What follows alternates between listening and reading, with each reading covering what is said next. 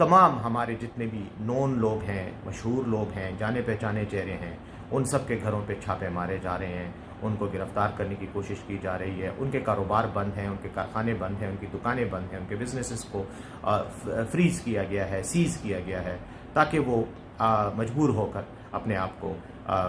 हुकूमत के हवाले करें। ना कोई जुर्म है, ना कोई गैर कानूनी काम है, झूठे मुकदमात, नामालूम किस्म की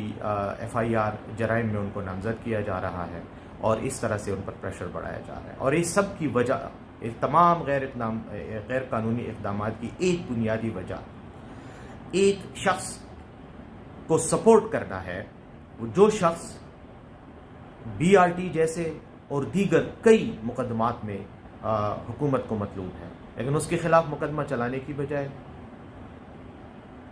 पाकिस्तान तहरीक इंसाफ के कारकुनान को वहशत और बर्बरियत का निशाना बनाकर मजबूर किया जा रहा है कि वो उसकी ये जो एक जैली किस्म की पार्टी, जिसका पाकिस्तान तहरीक इंसाफ पार्लियामेंटेरियंस के नाम से कुछ दिन कबल लॉन्च किया गया,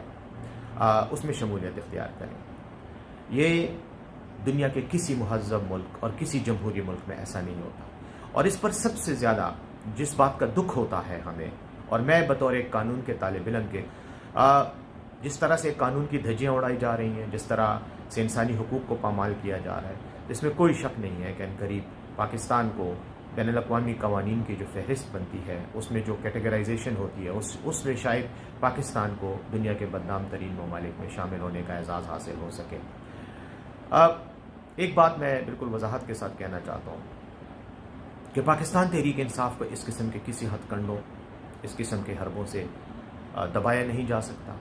हम डटे हुए हैं, पाकिस्तान तहरीक इंसाफ के साथ डटे हुए हैं, जमहूरियत के साथ डटे हुए हैं, और हम पाकिस्तान में मुकम्मल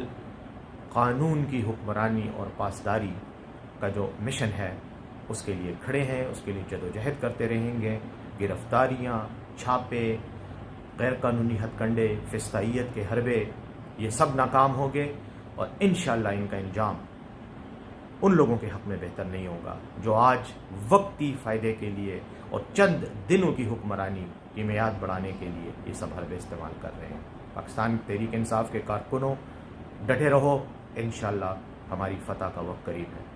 मुश्किलात आपके रास्ते में रुकावटें तो ज़रूर खड़ी करते हैं, लेकिन आपको अपनी मंजिल तक पहुँचने से रोक नहीं सकते। थैंक यू, बहुत शुक्रिया।